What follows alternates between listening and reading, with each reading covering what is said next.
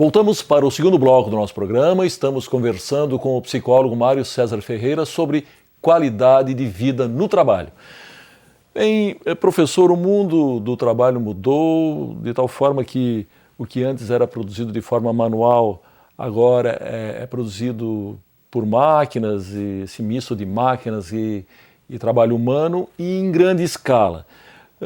E o trabalho em massa trouxe consequências negativas para o ambiente laboral, que, na verdade, isso tudo veio junto com a globalização. E as empresas, para conseguirem lucrar ainda mais e continuarem competitivas no mercado de trabalho, passaram, então, a estabelecer metas de produção. A pergunta, diante disso, como o senhor vê a estipulação de metas nos ambientes corporativos? Até onde elas podem ser saudáveis? Essa é uma questão absolutamente atual, né, contemporânea e que aparece nas nossas investigações, nas pesquisas que nós temos conduzido, do ponto de vista de uma preocupação entre os trabalhadores. E aqui nós precisamos separar a discussão sobre metas a partir de duas óticas ou de duas perspectivas que são, a rigor, interdependentes. Certo. Em primeiro lugar, a meta em si não é um problema. Ou seja, é preciso que ela exista, ela é um parâmetro de referência, né? E ela, de certa medida, nos guia aonde nós queremos chegar, não só do ponto de vista qualitativo, mas também quantitativo. Nesse sentido, um fator que impacta na saúde dos trabalhadores de um modo geral, em especial na saúde mental, é o sentimento de produtividade. Ser produtivo é um dos modos de exercício da felicidade. Um trabalhador que chega para trabalhar, passa 6 horas, 8 horas dentro do ambiente de trabalho, encerra a jornada com a sensação de que nada fez, isso é tão nocivo para a saúde quanto o excesso de trabalho, quanto a sobrecarga, né? Então a meta em si, ela não é um problema. O nosso grande problema, e aí as metas começam a colocar em risco a própria saúde, é quando elas são definidas, planejadas, pensadas, sem a participação dos principais interessados. Sim. Metas que são estabelecidas de modo vertical, né, e que os trabalhadores não podem, de algum modo, interferir, e elas são padronizadas, elas não respeitam a variabilidade. Então, aí a meta efetivamente passa a ser um fator de risco para a saúde. Professor, o que as organizações têm feito para eliminar ou atenuar pelo menos os impactos negativos aí que o processo de reestruturação produtiva, ou seja, redução do número de trabalhadores em determinado setor acompanhado da cobrança de um ritmo de produção, vem ocasionando? Olha, regra geral, quando nós falamos de qualidade de vida no trabalho, dentro das organizações, das empresas, nós temos identificado uma espécie de padrão ou de abordagem que orienta claramente essas atividades e esses projetos. Infelizmente, aquilo que é hegemônico em qualidade de vida no trabalho tem se apoiado muito mais numa perspectiva de pensar a qualidade de vida no trabalho como um modo de oferecer aos trabalhadores uma espécie de kit ou de pacote de atividades do tipo anti-estresse.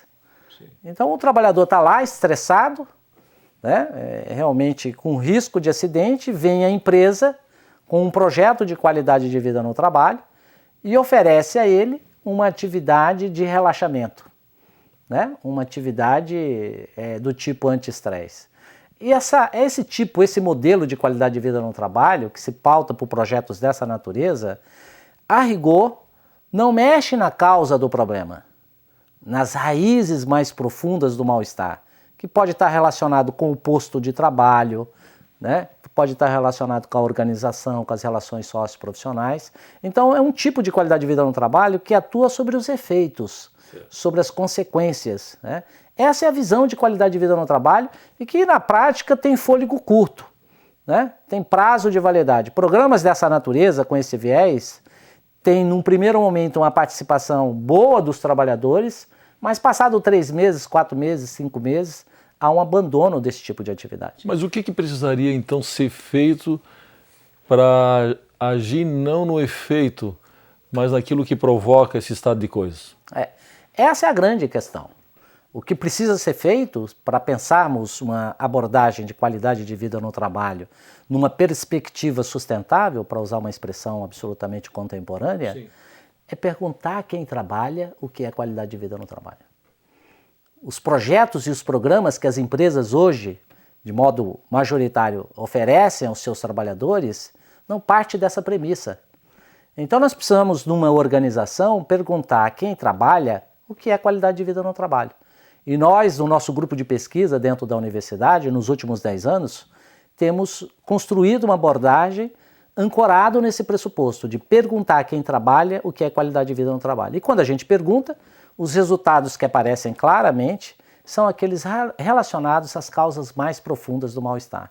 Então eles definem qualidade de vida no trabalho de que modo? Quando as condições de trabalho são ergonômicas, quando a organização do trabalho é humanizada, quando as relações socioprofissionais são harmônicas, quando tem possibilidade de reconhecimento e crescimento profissional.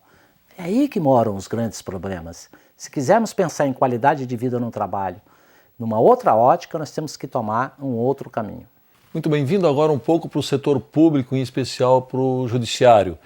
Há alguns anos, o Conselho Nacional de Justiça começou a construir uma política de estabelecimento de metas que impacta naturalmente a atividade de todo o judiciário brasileiro.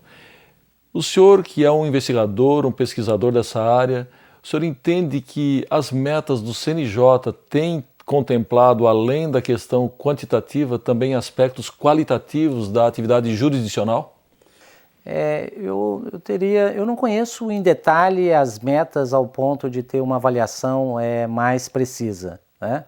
Mas evidentemente que a questão das metas, em especial no campo do Poder Judiciário, né, e os problemas que a gente tem estruturais, alguns históricos no Poder Judiciário, entre eles a fama da morosidade, né, a questão dos processos, de um modo geral, isso coloca, evidentemente, desafios de repensar o modo de funcionamento do Poder Judiciário. É necessário, né, é importante que isso seja feito. Entretanto, isso precisa ser feito pautado por um modelo de gestão organizacional do trabalho que deve se ancorar em outros valores e não naquilo que é típico e clássico e que vem da iniciativa privada. Por uma singela razão, o setor público, por definição, a natureza do setor público não é o mercado. O órgão público não visa lucro, em princípio. Não pensa em produtividade num sentido de competitividade ou disputar espaço dentro do mercado. O setor público tem como missão fundamental produzir a cidadania, fornecer aos seus usuários a cidadania. Eu sempre digo isso nas minhas aulas, nas minhas palestras, o setor público não vende sabonete. Claro. Ele é um produtor de cidadania. Se isso é verdadeiro, e se essa premissa tem alguma lógica, nós precisamos pensar o setor público do ponto de vista de gestão do trabalho sobre outras bases. Em especial, repensar um modelo de gestão participativa. Porque se o setor público não tem dono, é uma propriedade pública social, e como nós falamos, é uma res pública, né? É fundamental que o modo de funcionamento nasça de um debate, da confluência de todos os seus protagonistas. Isso é absolutamente fundamental. Muito bem, professor Mário, está na hora do nosso intervalo. É só um minuto.